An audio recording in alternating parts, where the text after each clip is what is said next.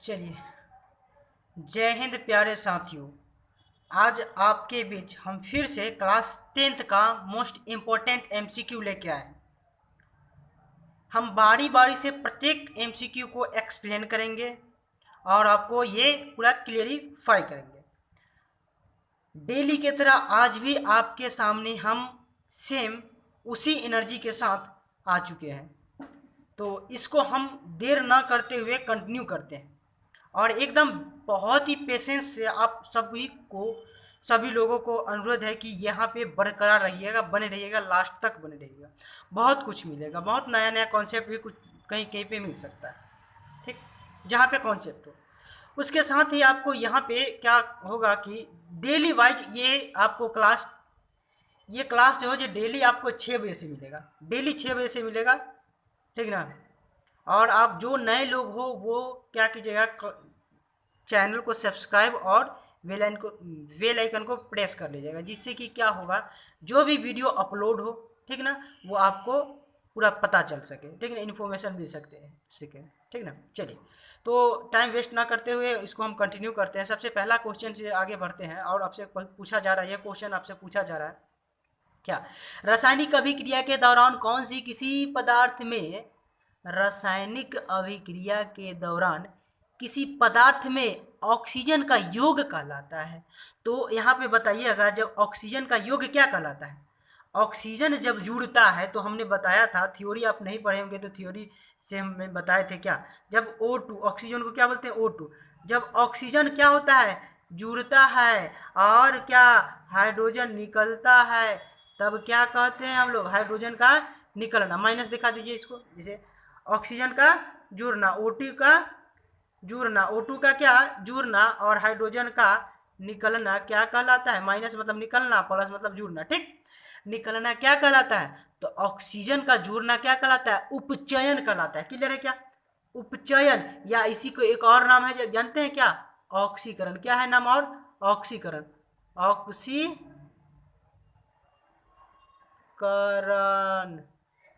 दूसरा नाम क्या है, ऑक्सीकरण।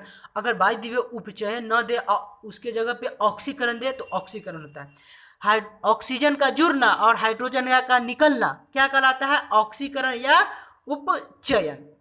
क्लियर है, बिल्कुल। चलिए आगे बढ़ते हैं नेक्स्ट क्वेश्चन की ओर। ये सेकेंड नंबर क्वेश्चन है, क्या कर रहा है, कौन सा परंपरागत ऊर्जा स्रोत है, कौन सा परंपरागत ऊर्जा स्रोत है। तो देखिएगा, परंपरागत ऊर्जा स्रोत को हम लोग जैव, जो सूर्य से जो ऊर्जा मिलता है उसी को हम लोग क्या कहते हैं, परंपरागत ऊर्जा स्रोत। तो देखिएगा, इनमें से कोई नहीं होगा, इनमें से कोई नहीं, इनमें से कोई नहीं। चलिए आगे बढ़ते हैं, ये साइंस का क्वेश्चन है, ठीक ना। आगे बढ़ते हैं, तीसरा नंबर क्वेश्चन से आपसे पूछा जा रहा है क्या, ये पूछा जा रहा है संगमरमर का रासायनिक सूत्र क्या है। तो देखिएगा, यहाँ से पूछ रहा है क्या, संगमरमर का रासायनिक सूत्र क्या है। तो कैल्शियम कार्बोनेट को हम लोग क्या कहते हैं, संगमरमर सूत्र, संगमरमर का रासायनिक सूत्र, इसको क्या बोलते हैं, कैल्शियम कार्बोनेट। हिंदी में बोल लिख देते हैं कैल्शियम, क्या, कैल्शियम,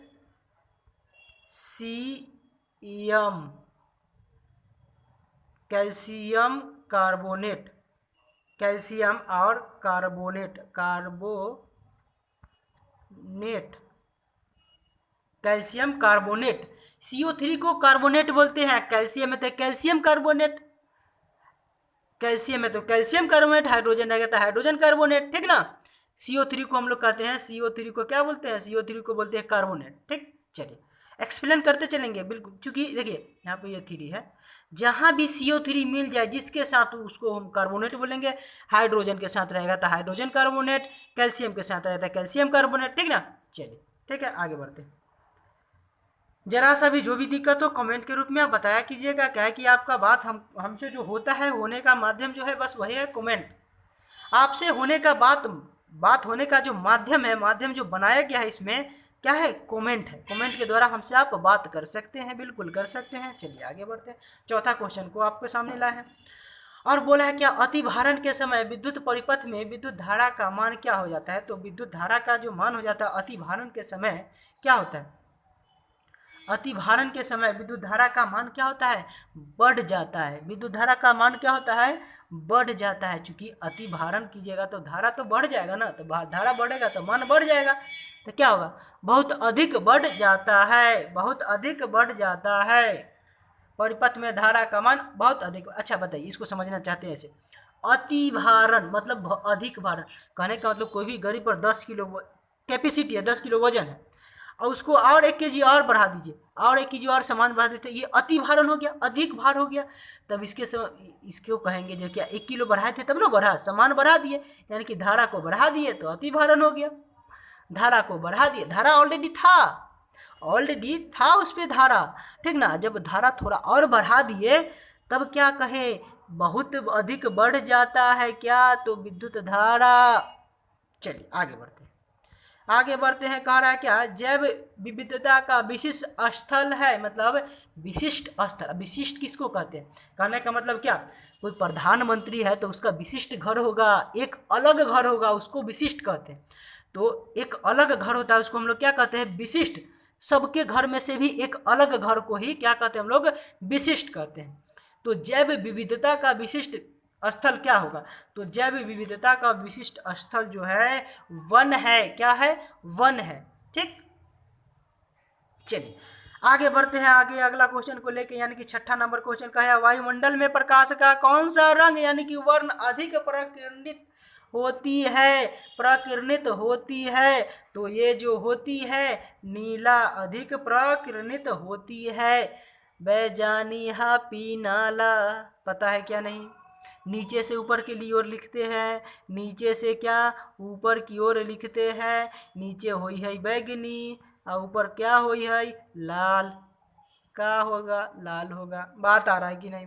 तो बीच में जो होता है ये नीला, प्रकीर्णित मतलब दिखाई, प्रकीर्णित मतलब दिखाई, तो अधिक आपको नीला दिखाई देता है। क्या आकाश में, आकाश जो होता है 7 रंग, आकाश में जो रंग जो होता है 7 रंग होता है ना, सिर्फ आपको दिखता है अधिक, क्या दिखता है, तो अधिक नीला दिखता है ना। इसलिए कहते हैं कि कौन सबसे ज़्यादा क्या प्रकीर्णित होती है, तो प्रकीर्णित होने वाली में से क्या है, नीला है। बात आ रहा है क्या, आ रहा होगा बिल्कुल। चलिए आगे बढ़ते हैं। बहुत ही सुंदर, बहुत ही सुंदर, बहुत ही अच्छा, बहुत ही अच्छा, वाह वाह, इंटरेस्टिंग, बहुत ही आप लोग, बहुत ही इंपॉर्टेंट है, बहुत ही इंपॉर्टेंट है। चलिए देखिए 7 नंबर क्वेश्चन क्या कह रहा है, निम्नलिखित में से किस माध्यम में प्रकाश की चाल अधिक होती है, तो ये तो सब कुछ जान रहे हैं। अच्छा बताइए, खाली स्पेस में ना होगा। अच्छा खाली स्पेस में ना कोई तेज दौड़ सकता है क्या, अगर पत्थर रहे तो थोड़ा स्लो हो जाएगा ना, बिल्कुल। तो सबसे अधिक जो प्रकाश का चाल दौड़ेगा, जरा बताइएगा कहाँ पे संभव हो सकता है, तो क्या हवा नहीं होगा। अगर हवा के और निर्वात दे, तो निर्वात किसे कहते हैं, जहाँ पर कुछ भी ना हो, या हवा, एक ही बात है, ठीक ना। हवा या निर्वात एक ही बात है, तो हवा। बहुत ही सुंदर, बहुत ही सुंदर। आगे बढ़ते हैं और 8वां नंबर क्वेश्चन आपके सामने पेश किया गया है, जरा इसको देख के आप बता सकते हैं क्या। अच्छा क्या कह रहा है, चालक का प्रतिरोध निर्भर नहीं करता है, भैया बताइएगा कहाँ पे निर्भर नहीं करेगा। देखिए चालक का प्रतिरोध किस चीज पे निर्भर नहीं करेगा, तो चालक का प्रतिरोध जो निर्भर नहीं करेगा उनमें से भाई साहब एक क्या है, धारा। क्या है, धारा। ये इसको पकड़िए, इसको आई से सूचित करते हैं हम लोग। तो आर जो है, प्रतिरोध को आर से, प्रतिरोध को क्या चीज से, आर से, तो आर जो है आई पर निर्भर नहीं करता है, नहीं करता है। क्या कर चालक का प्रतिरोध निर्भर नहीं करता है, तो चालक में प्रवाहित धारा पर, कहाँ पर, धारा पर, धारा पर ना, हाँ कौन, प्रतिरोध। कौन निर्भर नहीं करता है, प्रतिरोध किस पे, धारा पे। बहुत सुंदर, अच्छी बात, बड़ा अच्छा। चलिए नेक्स्ट क्वेश्चन की ओर बढ़ते हैं। कैसा लगता है बताइएगा, और जो भी भाइयों लोग जुड़े हुए हैं इस चैनल को सब्सक्राइब कर लीजिएगा बहुत ही अच्छा तरह से, और जो भी परेशानी हो वो कमेंट में बात शेयर कीजिएगा, जैसा भी लगे। सुंदर लगेगा तो सुंदर लिखिएगा, जो भी मन करे वो लिखिएगा। चलिए लेकिन हम क्वेश्चन की ओर आगे बढ़ते हैं, आप लोग अपना काम कीजिए, हम अपना काम करते हैं ना, बिल्कुल सुंदर और अच्छे। 9 नंबर क्वेश्चन आपसे पूछ रहा है कि निम्न में से किस दर्पण की फोकस दूरी धनात्मक होती है, भैया मेरे बताइएगा। फोकस दूरी धनात्मक केकर होगा, तो फोकस दूरी धनात्मक होने वाला में से एगो आपका सामने खड़ा हो रखा है क्या, उत्तल दर्पण, उत्तल दर्पण, जिस अच्छा कहेगा उत्तल दर्पण किसे कहते हैं, तो आप लगले जवाब दे दीजिएगा क्या, जिसका सतह उठल हो उसे उत्तल कहते हैं। अरे बाबा कैसा भाई ये बोल रहा है, हाँ जी ऐसे एकरे ना उत्तल कहते हैं, एकरे ना उत्तल कहते हैं, यही उत्तल है। जान लीजिए जो लोग ना जाने थे, जो उत्तल लेंस कैसे होता है, ऐसे नहीं होता है जिसका दोनों सतह उठा होता है दोनों साइड से। चलिए आगे अगला क्वेश्चन, कुछ कुछ कॉन्सेप्ट भी देते रहेंगे, कोई दिक्कत नहीं ना है, बहुत ही सुंदर, अच्छा लगना चाहिए, दिक्कत नहीं होना चाहिए। चलिए आगे बढ़ते, हमने ये लेंस बताया है, कंफ्यूज मत होना, ये लेंस हो गया। दर्पण, दर्पण उत्तल तो ऐसन ऐसन होता है, ऐसन कहेगा मास्टर का बताया, देखिए देखिए देखिए देखिए देखिए, ये तो आंसर होगा इसका, ये भी नंबर ठीक। लेकिन दर्पण जो क्या है, दर्पण ना, तो दर्पण उत्तल ऐसे होता है, ऐसे ऐसे ठीक, ऐसे होता है ये जिसका परावर्तक सतह उठा हो ठीक। चलिए आगे बढ़ते हैं। और 10वां नंबर क्वेश्चन, भागिएगा नहीं, भागिएगा नहीं, कोई डरिएगा नहीं, कोई डरता है जो डटेगा वही ना कुछ करेगा। चलिए कह रहा है क्या, पादपों में पाए जाने वाले वृद्धि हार्मोन निम्न में से कौन सा है, अच्छा बताइएगा। तो ये हम कई बार बता चुके हैं, ये तो आप क्वेश्चन देखने के साथ ही आंसर बता सकते हैं। जिब्रेलियम होता है, जिब्रेलियम जो होता है पादप में वृद्धि हार्मोन का कार्य करता है। किसका कार्य करता है, पादप में वृद्धि हार्मोन का काम करने वाले में से एक कौन है, तो भैया मेरे जिब्रेलियम है। कौन है, जिब्रेलियम है, बहुत ही सुंदर और अच्छा। आगे बढ़े, अगला क्वेश्चन से सामना हो रहा है आपका, देखिए क्या पूछ रहा है आपसे, ये पूछ रहा है निम्न में से कौन सा उपधातु है। तो बोल रहा है क्या, निम्न में से कौन सा उपधातु है।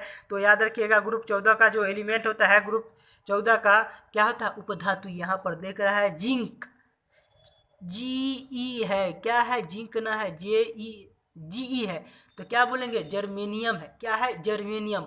और सिलिकॉन भी होता है इसी के साथ साथ, SI जो होता है ना सिलिकॉन, याद रखिएगा सिलिकॉन और जर्मेनियम दोनों उपधातु है ना हो, बिल्कुल है। चलिए आगे बढ़ते हैं, क्लियर है क्या, सुंदर, अच्छा, बहुत ही अच्छा। चलिए ईमानदारी से पढ़ते रहिएगा सब लोग, बेईमानी मत कीजिएगा, जरा सा भी जो भी दिक्कत हो परेशानी हो कमेंट के रूप में बताते चलिएगा। और 12 नंबर क्वेश्चन आपके सामने हम पेश कर दिए हैं और इसको देख के बता सकते हैं बहुत ही सुंदर से। चलिए तो 12 नंबर क्वेश्चन हम आपसे बताते हैं क्या, ये पूछ रहा है आपसे, सामान्य अनुशीतलन रक्तदाब होता है। अच्छा, सामान्य अनुशीतलन रक्तदाब होता है, तो सामान्य अनुशीतलन रक्तदाब जो होता है क्या 80 mm। देखिएगा इसका रेंज जो होता है कितना, 80 से 120।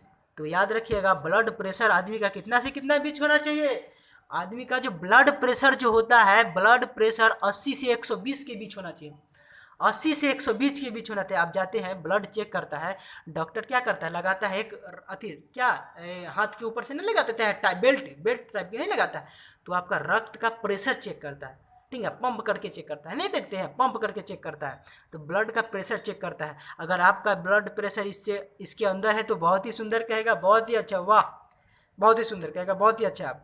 लेकिन इसके ऊपर नीचे हो जैसे ही तैसे ही कहेगा आपका ब्लड प्रेशर अगर हाई रहेगा तो हाई है, लो रहेगा तो लो है, तब कहेगा भैया नमक का, अगर हाई रहेगा कहेगा भाई साहब आप नमक कम खाइए, लो रहेगा कहेगा नमक का मात्रा बढ़ाइए, उसी से प्रेशर घटता बढ़ता है। सुंदर है क्या, सुंदर है क्या, कॉन्सेप्ट क्लियर हो रहा है क्या, बहुत ही अच्छा। चलिए जहाँ पे जो चीज़ हो वो हम बताते चलेंगे, अब तो बरकरार बने रहो, तो आप बने रहोगे तब तो, हाँ बने रहो, आगे बढ़े। कह रहा है विभक्त वलय का उपयोग किस उपकरण में किया जाता है, तो ये जो किया जाता है वो इनमें से विद्युत मोटर है। कौन है, विद्युत मोटर है। कौन है, विद्युत मोटर है। चलिए सुंदर है क्या, बिल्कुल सुंदर। आगे बढ़ते हैं, नेक्स्ट क्वेश्चन को लेकर बढ़ते हैं। और ये रहा आपका 14 नंबर क्वेश्चन, विद्युत आवेश का ऐसे मात्रक कौन होता है, तो विद्युत आवेश का ऐसे मात्रक जो होता है कुलम्ब होता है। कौन होता है, विद्युत आवेश का ऐसे मात्रक कुलम्ब होता है। लग गया छक्का, आए लीजिए लीजिए छक्का आ गया, बाउंड्री पे सीधा बाउंड्री पे, सब लोग बाउंड्री पे, बिल्कुल एकदम। बड़ा मजा आ रहा होगा सबको, हमको तो फील ऐसा होता है जो मजा, अरे हमको मजा आ रहा है यार, आप लोग को कैसा फील होता है आप कमेंट कर लीजिएगा, क्या है कि आपको फीलिंग भी पहचानना है ना, हमको उसी हिसाब से ना मटेरियल आपको देना होगा, अच्छा एनर्जी में रखना होता है आप लोग को, नहीं तो आप लोग तो करता है अरे भाई मजा नहीं, मजा आना चाहिए। चलिए आगे, मजा जो जो काम में मजा नहीं वो काम करने में भी अच्छा फीलिंग नहीं आता, बिल्कुल आप लोग टेंशन नहीं लीजिए, मजा लाने का काम हमारा है। अच्छा कह रहा है हमारे शरीर का पीएच परास के बीच कार्य करता है। किस पीएच परास के बीच कार्य करता है? जो पीएच मान जो होता है कितने के बीच काम करता है? तो पीएच मान जो होता है ये हमारा जो शरीर है 7 से लेके 7.8 के बीच कार्य करता है। 7.0 से लेके 7.8 के बीच हमारा शरीर जो है कार्य करता है। बहुत ही सुंदर तरीका से कार्य करता है, आसानी से कार्य करता है। ठीक, चलिए आगे बढ़ते हैं। और अगला नंबर क्वेश्चन 16 नंबर क्वेश्चन क्या कर रहा है? टिंडल प्रभाव प्रकाश की कौन सी परिघटनाओं को प्रदर्शित करता है? मतलब परिघटना क्या? घटना परिघटना कहो या घटना कहो। तो टिंडल प्रभाव कौन सा घटना को प्रदर्शित करता है? तो ये प्रदर्शित जो करता है प्रकाश का प्रकीर्णन को प्रदर्शित करता है। क्या? प्रकाश के प्रकीर्णन को प्रदर्शित करता है। प्रकाश के प्रकीर्णन को। आ रहा है बात तो क्लियर होगा। तो इसी के साथ नेक्स्ट क्वेश्चन की ओर बढ़ते हैं और ये रहा आपका नेक्स्ट क्वेश्चन 17 बिल्कुल। निम्न में से कौन सा असंतृप्त हाइड्रोकार्बन है? भाई साहब असंतृप्त हाइड्रोकार्बन पूछा है आपसे, तो संतृप्त पहले जाने तब तो असंतृप्त बता पाओ। हाँ, तो संतृप्त हाइड्रोकार्बन वे होते हैं जिनमें क्या कार्बन जो 4 बॉन्ड बनाता है ना, तो चारों बॉन्ड उसका संतुष्ट हो। तो संतुष्ट हो। कार्बन कितना बॉन्ड बनाता है? 4। याद रखिए, देखिए हम यहाँ पर पूरा कॉन्सेप्ट क्लियर कराएंगे। तो 4 बॉन्ड बनाता है। तो देखिए इसके साथ 4 हाइड्रोजन है, 4 हाइड्रोजन हो गया। 4 बॉन्ड बनाना चाहिए, हाइड्रोजन की बात नहीं कीजिए। कार्बन कितना बॉन्ड बनाता है? 4 बॉन्ड। इस तरह से इस तरह से इस तरह से। तो पहला वाला में देखिए 4 तो बना रखा है। तो क्या है? संतृप्त हाइड्रोकार्बन पूछा। चलिए तो इनसे तो फर्स्ट में मिल गया, एंटर तो फर्स्ट में मिल गया। आ रहा है क्या? आ रहा है। कॉन्सेप्ट क्लियर, कॉन्सेप्ट के साथ सॉल्यूशन, कॉन्सेप्ट के साथ बिल्कुल आगे बढ़ते हैं। और ये रहा आपका 18 नंबर क्वेश्चन। और इनमें से पूछा जा रहा है आपसे ये निम्न में से कौन सा यौगिक ईंधन के रूप में इस्तेमाल किए जाते हैं? तो जरा बताइएगा इसे। और ये रहा आपका क्वेश्चन का आंसर। क्या दे दे क्या? अरे नहीं, मजा नहीं आएगा। तो देखिएगा ईंधन के रूप में हम लोग किसके यूज करते हैं? तो ईंधन के रूप में हम सभी लोग चीज़ को यूज करते हैं। कहने का मतलब इथेनॉल, प्रोपेनॉल, इथेनोइक अम्ल, ये सब चीज़ को हम लोग अपना ईंधन के रूप में यूज कर लेते हैं। किसी को डायरेक्टली कर देते हैं, किसी को इनडायरेक्टली रूप में करते हैं। ठीक ना? चलिए अगला क्वेश्चन ये रहा 19 नंबर क्वेश्चन। और ये पूछा जा रहा है आपसे निम्नलिखित में से कौन सा आहार श्रृंखला का निर्माण करता है? निम्नलिखित में से कौन आहार श्रृंखला का निर्माण करता है? तो देखिएगा ये आपका घास।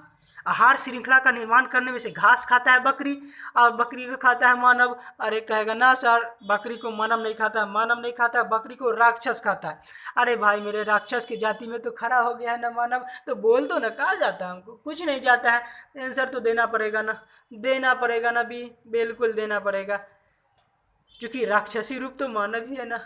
कहा जाता है, सब कहता है तो हम भी कह देते हैं, इसमें कहा जाता है। चलिए अगला बार करते हैं, यानी कि 19 नंबर क्वेश्चन की ओर। मानव हृदय में कोष्ठकों की संख्या कितनी होती है? हम बार बता रखे हैं ये सब क्वेश्चन, आपको बार बता रखे हैं। जो मानव हृदय में जो कोष्ठकों की संख्या जो होती है वो जो होती है 4। चलिए इसी के साथ आपका ये क्वेश्चन, ये वीडियो आपका, ये लेक्चर आपका समाप्त हो रहा है। जो भी कहने चाहते हैं वो हम कह रहे हैं। आप लोग जुड़े रहिएगा कंटिन्यू बेसिस में। आपको 6 बजे आपको वीडियो अपलोडेड रहेगा। 6 बजे आप डेली शाम में इसे देख लीजिएगा। और जो भी नए हैं इस चैनल को सब्सक्राइब कर लीजिएगा और बेल आइकन को प्रेस कर लीजिएगा। यानी कि प्रेस करना मतलब दबा लीजिएगा, ठीक है ना, चाप दीजिएगा। ठीक, चलिए तो हम आपको धन्यवाद बोलना चाहते हैं, आप लोगों के साथ जो इतना समय आप अपना दिया है एजुकेशन के लिए, पढ़ाई के लिए। बहुत ही अच्छा। देखिए भाई सब अच्छे से पढ़ाई कीजिएगा, बेईमानी मत कीजिएगा, दिल टूट जाता है भाई। अभी समझ में नहीं आ रहा होगा आप लोग को, बहुत ही आपका मन ये कह रहा होगा अरे ये सब क्या मास्टर के बोलने का काम है, मेरा सुनने का। नहीं, अब थोड़ा मंथन करने की बात है। मंथन करने के समय ना अगला तो देखिए भैया को, अब भैया को तो बात सुनिए, जो हम भैया बोल रहे वो गलती की वो गलती नहीं दोहराना, ठीक ना। चलिए पढ़ते रहिए, वेलकम अगले वीडियो के लिए। चलिए थैंक यू।